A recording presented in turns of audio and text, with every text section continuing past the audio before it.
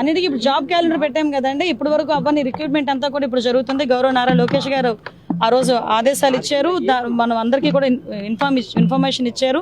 ఆ జాబ్ క్యాలెండర్లో భాగంగానే డిపార్ట్మెంట్, పోలీస్ డిపార్ట్మెంట్, అదేవిధంగా జైల్ శాఖ అని, ఫైర్ డిపార్ట్మెంట్, ఈ మూడిట్లో కూడా రిక్రూట్మెంట్ అనేది జరుగుతుంది.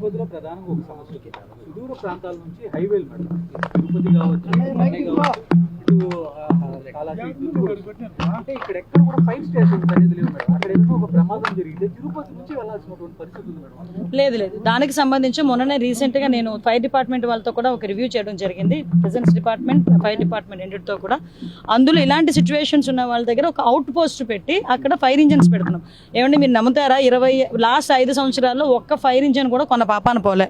కానీ మేము వచ్చిన తర్వాత 270 కోట్ల రూపాయలు పెట్టి ఒక్క ఫైర్ డిపార్ట్మెంట్లోనే ఈ ఫైర్ టెండర్స్ కానీ, ఆ ఎక్విప్మెంట్ కానీ అన్నీ కూడా మేము పర్చేస్ చేసుకుంటున్నాం. మొన్న మొదటి విడతలో భాగంగా వచ్చిన ఫైర్ ఇంజిన్స్ అని గౌరవ ముఖ్యమంత్రి గారే ప్రారంభం చేశారు. కాబట్టి ఎక్కడ కూడా ఫైర్ ఇంజిన్స్ కానీ, ఫైర్ టెండర్ వెహికల్స్ కానీ లేవు అనడానికి లేదు. అవుట్ పోస్టులు పెట్టైనా జనాలకు ఇబ్బంది లేకుండా చూసుకునే బాధ్యత తీసుకున్నాం.